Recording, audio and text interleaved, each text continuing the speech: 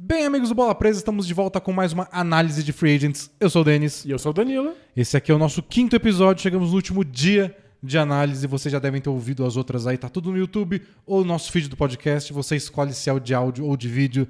Se prefere só ouvir nossas belas vozes ou ver nossa carinha HD.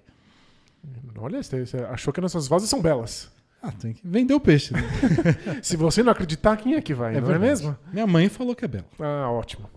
Bom, hoje a gente tá aqui para falar dos times agressivos. Ontem a gente falou dos times que a gente não estava entendendo direito. Esse a gente entende.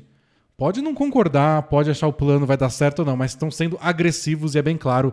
A gente vai falar do Atlanta Hawks e do Golden State Warriors. O Warriors nem fez tanta coisa assim, mas gasta dinheiro bastante pra gente considerar o time mais agressivo de todos. Exato, né? A gente consegue entender o que está acontecendo, qual é o alvo dessas equipes, e o Warriors, mesmo que fizesse pequenas mudanças, qualquer mudança que adicione contrato para eles, custa muito caro, porque eles estão com o teto salarial completamente estourado. Então, qualquer movimento é super agressivo pro Warriors. E olha, eles escolheram um particularmente agressivo. Então vamos começar com o Golden State Warriors. Vamos lá. Eles perderam pra essa temporada o Dragan Bender, que eles não renovaram, porque, né? Não jogou mal temporada passada, naquele catadão do Warriors. Mas eles perdem uma das maiores e melhores forças nominais de toda a NBA. Isso é inegável. O Kai Bowman, que também é uma bela força nominal, não renovou. E o Klay Thompson se machucou.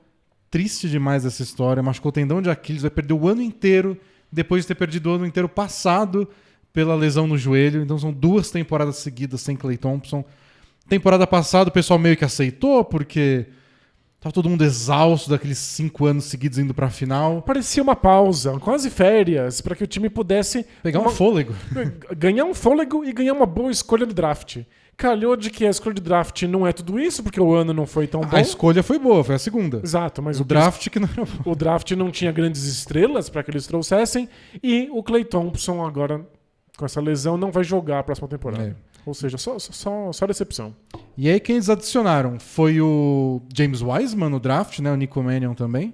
Mas o James Wiseman é o principal nome, essa escolha 2, o pivô titular deles, provavelmente. O Brad Wanamaker, que foi armador do Celtics reserva na temporada passada. O Kent Bazemore, que jogou no Warriors um tempo atrás. Era parça do Steph Curry quando eles começaram a estourar, depois saiu. E Kelly Oubre Jr., o homem de 80 milhões de dólares, mas não exatamente, quase isso. O Warriors pegou o Kelly Oubre Jr., que saiu do Suns na troca do Chris Paul, foi pro Thunder. O Thunder mandou o Kelly Oubre pro Warriors. Em troca, o Warriors mandou uma trade exception. O que é uma trade exception? É um vale-troca, tipo o vale CD que a gente ganhava no Amigo Secreto nos anos 90. Que lindo, você vai lá na lojinha e troca por aquilo que mais te agrade. É um papel escrito vale um CD. E aí você entrega pro moço, o moço te dava um CD, alguém pagou pelaquilo. Então é um trade exception, é uma coisa que você pode mandar por alguém numa troca sem mandar nada concreto de fato. Isso. Acontece quando você tem uma troca que tá quase com os salários batendo, mas algum time não bate exatamente o salário, mas tem muito espaço sobrando, e aí é como se ele cedesse um pouco desse espaço para outro time. Porque, em geral, os salários de uma troca tem que bater. Você manda 20 milhões de dólares em salário para um time, num jogador, você tem que receber 20 de volta. Porque, geralmente, os times estão acima do teto salarial, um pouquinho acima, ou vão passar depois dessa troca. Então, tem que ter uma certa equidade nisso. Acontece, às vezes, de um time que está fazendo a troca estar muito abaixo. Então, ele não precisa receber tudo isso. Que foi o caso ano passado da troca do Iguodala. Então, o Warriors mandou o Iguodala para o Memphis. O Memphis estava sobrando o teto salarial. E então, na troca, o Warriors gerou esse trade exception de, acho que, 17 milhões de dólares. Então, o Warriors podia mandar esse trade exception para qualquer time, em troca receber até 17 milhões em salários, e tá tudo bem. Boa. E aí, o que o outro time ganha com isso? Se livra de um salário indesejado. E aí, o Thunder não era tão indesejado que a Oubre. Aí, o que eles fizeram? Pegaram uma escolha de segunda rodada, porque o Thunder é o maníaco das escolhas de draft. Ele é aquela pessoa que fica colecionando e você tem que intervir, porque senão a pessoa não existe mais, só tem coisa na prateleira, né? Pois é. Capaz de eles trocarem depois essas escolhas de draft por futuras escolhas. Por mais escolhas ainda. E nunca selecionar os jogadores. Eles não querem pessoas, eles querem escolhas. Só que o Warriors, como você falou mais cedo, já estava acima do teto salarial. Muito. Quando eles renovaram com o Curry, quando renovaram com o Klay Thompson, o Draymond Green, Quando eles pegaram o Andrew Wiggins. Pra gente ter noção, o time tá estourado em taxas, a um ponto tal de que as multas ficam mais caras. Então, pra quem não sabe, na NBA, você tem um certo limite. Acima desse limite, você começa a pagar multas. Se você passa de um outro limite ainda, as multas ficam mais caras. E se você ainda continua acima desse limite mais de um ano consecutivo, as multas ficam mais caras ainda. Então é realmente para desencorajar os times a fazerem esse tipo de manobra financeira. E o Warriors, por já tá repetindo isso há muito tempo e já ter estourado em muito o teto salarial, estava pagando $66 milhões só em multa. Tipo, o teto salarial da NBA é 109 milhões. Então você já tá com mais da metade aí, além disso, só de multa. Que eles passaram do teto, foram até o teto do teto, que é o Luxury Tax, passaram mais. Então 66 milhões eles não estão pagando para jogador nenhum. É só multa. Vai pra NBA aí... E a NBA distribui depois. E depois distribui. Porque a NBA é mal comum, né? Então, já é uma taxa absurda. E eles falaram, quer saber? Vamos dobrar a meta.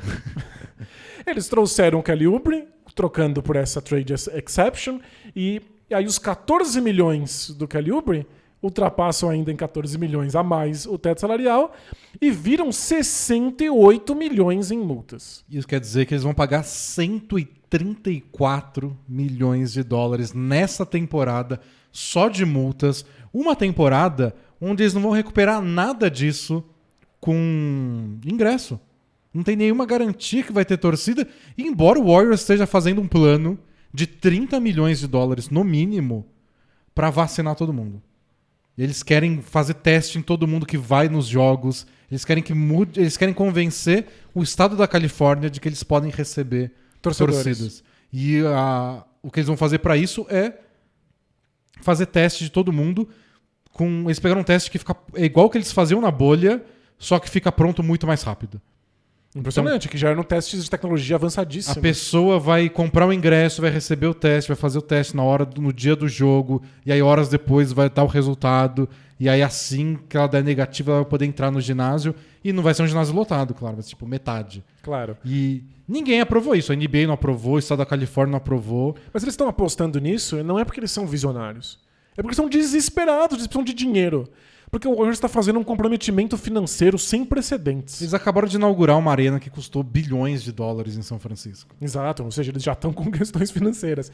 E faz sentido um time estar investindo tanto dinheiro para tentar manter uma dinastia.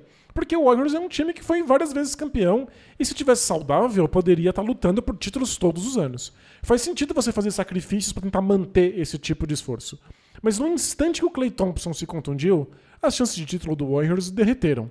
E aí eles fizeram ainda mais comprometimento para aumentar um pouquinho as chances, trazendo o Kelly Oubre. O Kelly Oubre jogou bem a temporada passada pelo Suns, a gente falou um pouco disso no episódio sobre o Suns.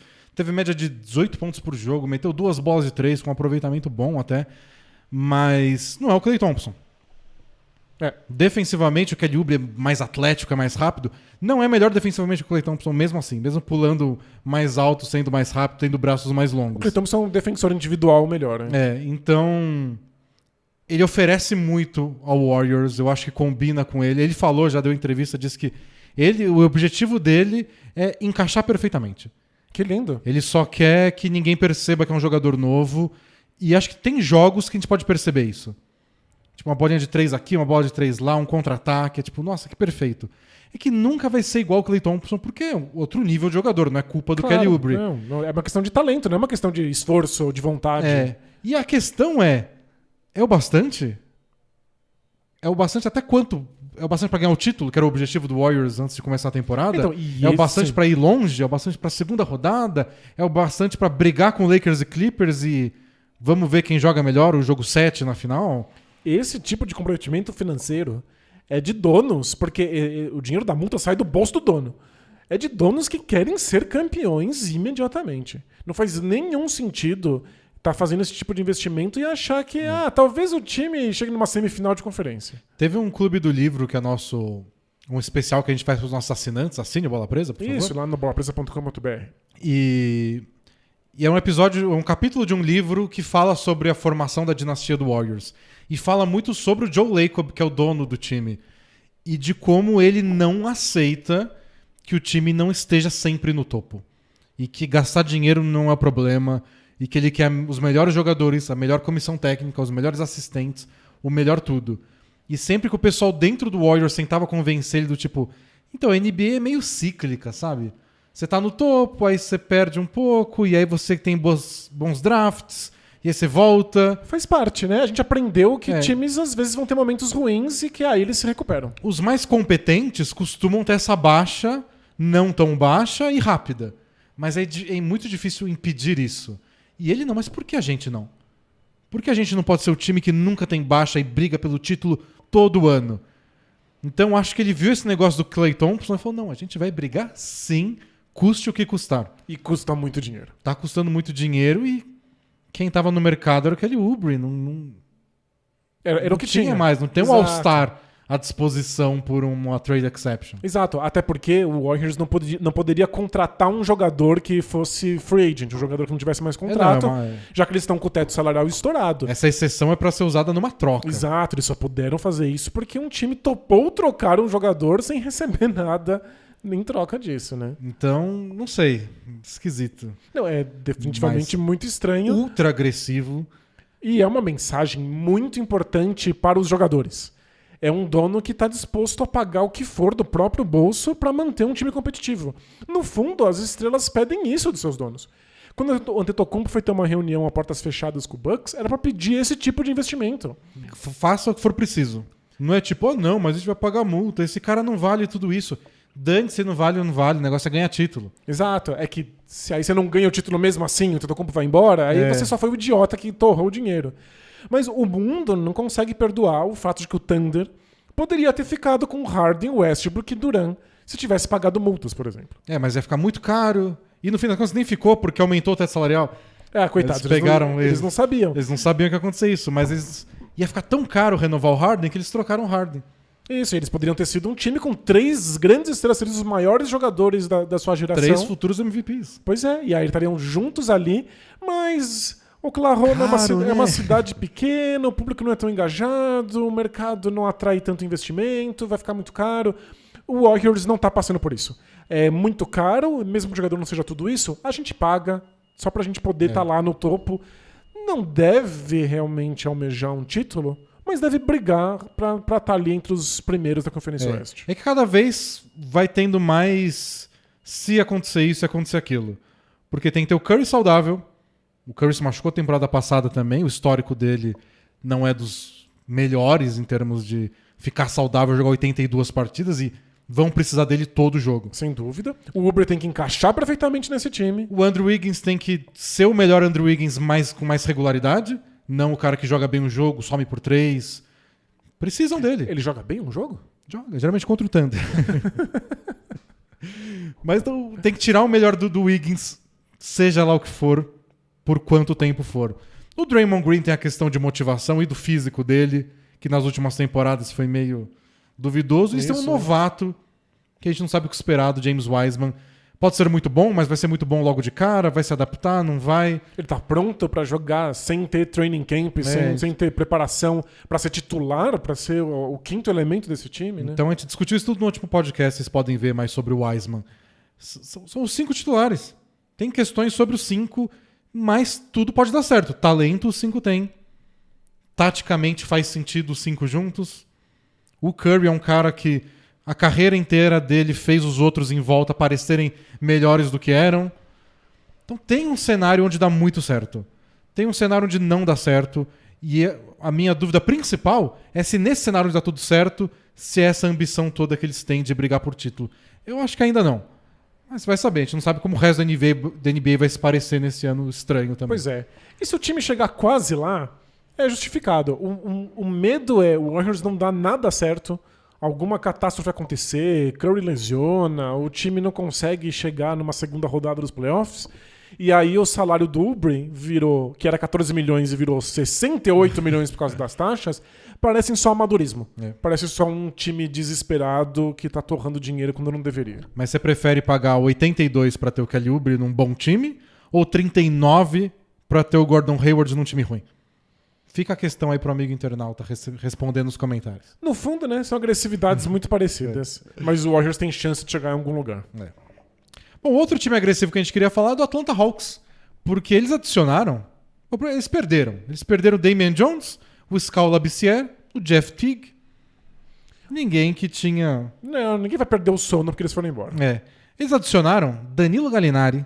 Que era um dos grandes nomes dessa free agency, mesmo não sendo um All-Star. Ele não é nominalmente um All-Star, mas é o mais próximo disso dos não All-Stars. Exato, ele é aquele arremessador que todo time quer acrescentar. Sempre tem um espacinho pro Danilo Gallinari.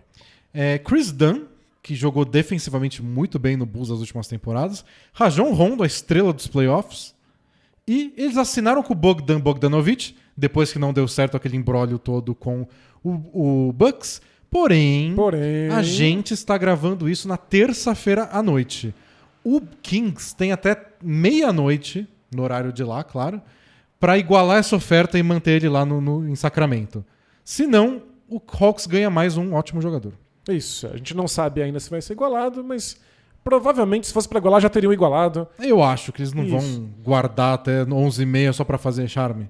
É que o Kings é tão amador, né? Mas a gente pode manter esse universo paralelo. Nesse universo paralelo que a gente existe nesse momento, o Bogdan Bogdanovic tá com o Hawks. Isso. E olha, jogadores bons, caros, veteranos e de tudo que é posição. Lembrando que no fim da temporada passada eles já tinham trocado pelo Clint Capela. Então praticamente Rondo, Dunn, Gallinari, Bogdanovic e Capela são 5 veteranos de 5 posições diferentes para complementar o time jovem que eles já tinham. E o que mais me fascina não é só que o Hawks foi muito agressivo indo atrás desses nomes, pagando o que tivesse que pagar. É que esses jogadores toparam ir pro Hawks. É isso que eu tô encantado. Porque o Hawks é um time completamente esquecível na NBA há muitas temporadas. Quando o time era bom, aquele time com o Al Horford e o Kyle Korver... Foi o primeiro colocado do leste. É incrível. Ainda era um time esquecível.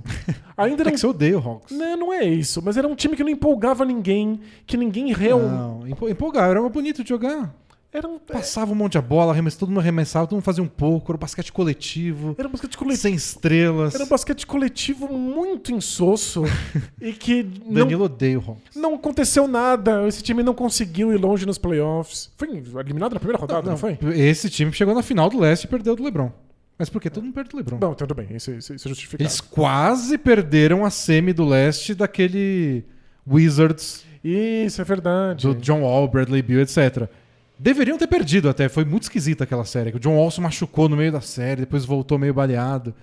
Mas não jogou bem nos playoffs como jogou na temporada regular. Mas chegou na final do leste e aí foi varrido pelo LeBron. Isso, é verdade. Foi uma varrida, né? LeBron. Mas o time não conseguiu se manter. O Hawks é um caso muito esquisito. Não é um grande mercado, não atrai jogadores, não atrai atenção. Mesmo aquele timaço que levou no ano seguinte 4 jogadores pro All-Star, eles tinham poucos jogos na TV nacional. Tipo, ninguém queria assistir aquele Hawks. É muito esquisito. Eu não queria assistir. Danilo... Sempre que foi contra. Não queria nem fazer preview dos coitados do Hawks. Não era um time empolgante, de fato. E times assim têm muita dificuldade de atrair estrelas. E se você tem dificuldade de atrair estrelas, você também não atrai esses veteranos que estão aí para compor elencos que já têm estrelas. Gallinari tinha dito que aos 30 anos de idade, 31 ou 32, não lembro quanto ele tem, que ele estava em busca de um time para brigar por título. Dinheiro não ia ser relevante nessa história. Aí o Hawks balançou um cheque de 60 milhões assim. E ele foi. E o Gallinari, veja bem. Então, é claro que ele foi pelo dinheiro. Mas ele deve achar que tem alguma coisa pra ele nesse Hawks. Exatamente. E o Capela tá lá, e o Rondo, que deveria ter lugar em qualquer time que tá brigando por um título com um contrato mínimo, escolheu ir pro Hawks. O Hawks pagou um pouquinho a mais pro Rondo também do que o mínimo que talvez os times oferecessem. Mas não foi uma fortuna também, igual pro Gallinari. Alguma coisa atraiu. Você paga... O Chris Dunn foi uma bicharia. Você paga a taxa Hawks, assim como existe a taxa Hornets, você tem que pagar um pouquinho a mais, porque o mercado é muito, muito ruim para um time de Atlanta. Mas você que está convencendo jogadores importantes a irem para lá. Então, para mim, o Hawks muda de nível simplesmente porque agora é um time relevante. Não para mim ainda, mas é um time relevante para os jogadores. A NBA está olhando para o Hawks. E é um elenco bem mais completo agora, porque na temporada passada a gente chegou a comentar, acho que no preview até, de como eles tinham bons jovens jogadores em todas as posições. Então tem Trae Young na posição 1, aí tem o Kevin Huerter na 2, aí tem o Ken Reddish na 3, Aí tem o DeAndre Hunter na 4. Tem o John Collins, não é sempre um pivô, mas pode jogar de pivô na 5. São vários nomes que a gente estava lá esperando. O que vão ser vocês quando vocês crescerem e desfraudarem? Não sei, o John Collins já é o mais veterano, entre aspas, de todos. Agora, eles têm, além desses jovens, eles não perderam nenhum deles para conseguir esses caras. Não abriram mão de nada disso, né? Tem veteranos para todas essas posições. O que pode ter o seu lado ruim, no sentido de... Ô, DeAndre Hunter, você não tá rendendo. Então, os minutos da posição 4 vão ficar com o Gallinari, com o John Collins. E aí você atrapalha o desenvolvimento de um jovem atleta. Né? Mas mostra essa ambição do Hawks. A gente não vai ficar aqui numa reconstrução infinita até acabar o contrato de novato de todo mundo. Perfeito. E é uma boa reconstrução o Hawks. Você bota uma pressão nesses moleques também. O Hawks conseguiu acertar no draft. Eu acho que a gente tá considerando esse time e tem tantos veteranos indo pra lá porque o Trae Young é realmente espetacular. Envolve todo mundo. É um jogador empolgante. Você consegue... Foi para um All-Star, né? Exato. Você consegue visualizar alguma coisa boa saindo de lá, desde que ele tenha boas peças em volta. Eu acho que essa foi a ambição do Hawks, né? O Trae Young parece estrela. Tão bom. Vamos botar gente boa em volta para ele parecer ainda melhor, já que o negócio dele é criar jogadas. Acho que é isso. Acho que o Trae Young mudou o status do Hawks na NBA. E ter acertado em outras escolhas de draft, ter jogadores que são bons o bastante para você sonhar com eles em várias posições, fez com que o Hawks não precisasse ficar arrastando essa reconstrução para sempre. Agora é hora de trazer veteranos e ensinar para esses jogadores que dá para querer vencer. Porque é muito fácil você cair nessa armadilha de reconstrói um time só com molecada e a molecada não espera a vitória, porque nunca viu acontecer mesmo. Você é um time que é sempre ruim, você acostuma com um time muito ruim. Você não sabe o caminho das pedras, o que a gente tá fazendo de errado. Como você deveria estar treinando, qual é o tipo de esforço que você deveria estar fazendo, qual é a relação que você deveria ter ou não com seus companheiros e com seu técnico. Já vi entrevista de jogador dizendo a importância que é perder e chegar no vestiário e tá alguém puto. Tipo, a gente não devia ter perdido esse jogo, tava na nossa mão, etc. Às vezes o novato que só perde acha muito comum, né? Não, às vezes ele é jovem só também. Às vezes ele tá puto. Mas eu vou dar um esporro na galera? Tipo, eu sou, sei lá, o Ken Reddish. 10ª escolha do draft, acabou de chegar. Eu vou dar um esporro? O Trae Young não tá puto. O LeBron novato, muito bravo de ter perdido, é muito diferente. Mas também dá pra rolar aqueles olhares esquisitos no vestiário, do tipo... Esse novato tá bravo porque perdeu? Ele não sabe de nada. Vai perder mais 70 vezes esse ano, se acostuma. Se o Rondo dá uma surra em todo mundo porque perderam um jogo, você escuta, você ouve. E acho que Rondo e Chris Dunn também chegam pra ver se conseguem pelo menos fazer o Hawks ter uma defesa um pouco mais aceitável, mostrar o Trae Young assim que se marca um jogador de basquete. Gallinari não ajuda tanto nisso, mas... Acho que Rondo, especialmente Chris Dunn, foi pensado em vamos ter um cara que marca o armador adversário. Porque o Trae Young não faz isso. Mas o Gallinari faz isso do lado oposto da quadra, que é você sempre vai ter um ataque consistente se tem um Gallinari. Tipo, sempre vai ter algum arremesso que é digno saindo das mãos dele. E pro Trae Young é importante essas opções de passe. O Bogdanovic, se ficar lá, um excelente arremessador. Pode ser um ótimo alvo de passes do Trae Young. Eu achei bem respeitável essa off-season do Hawks. Vários bons jogadores. Ninguém saiu tão caro. O Gallinari saiu caro, mas... É o maior contrato da história da NBA para um jogador que nunca foi All-Star.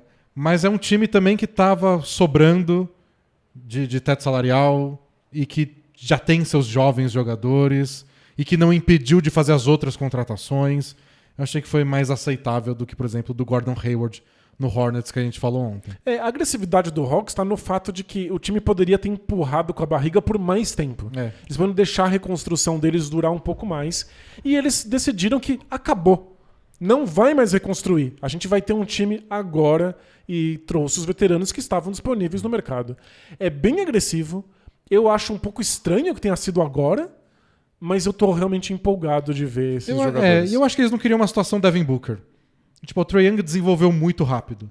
No segundo ano ele já estava com números absurdos, foi votado para o All-Star Game. Não vamos esperar chegar no 4º ano dele para ele começar a falar, então, gente, vai ter playoff? Não vai?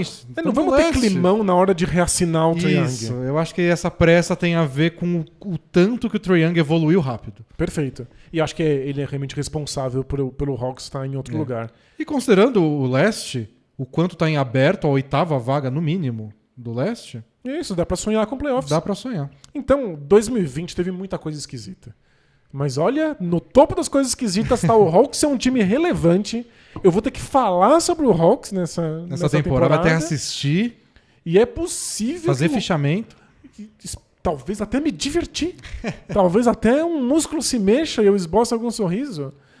E possivelmente esse time pode estar nos A playoffs. gente tem que rolar uma aposta aí, Danilo. Se o Hawks for pros playoffs ou em tal posição, a gente compra uma camisa do Hawks pra você. Mas vai ser uma camisa tão sem graça, não vai? Até aquela vermelha, que eu acho mó legal. Não, o uniforme é bonito. O uniforme é legal. Vai ser sem graça na alma da camisa. Esse é o problema. No Geist. Mas não, eu acho que o Hawks está caminhando para ser um time que é digno de atenção. Boa. Então é isso, pessoal. Esses foram os times agressivos que talvez dê resultado, talvez não dê, talvez dê muito pouco, médio, talvez não justifique essa agressividade toda, mas vontade não falta. Isso, Warriors e Hawks querem vencer imediatamente, mesmo com essa bagunça, mesmo com a lesão do Klay Thompson, mesmo que não tivessem os melhores jogadores disponíveis na free agency, eles deram um jeito. Isso. E amanhã a gente volta para a última parte do nosso especial. A gente vai falar de mais 3 times. Se não for o seu e você ficou insatisfeito, sinto. Isso, sinto muito. Aí você pede um abraço e quando tiver vacina a gente te dá.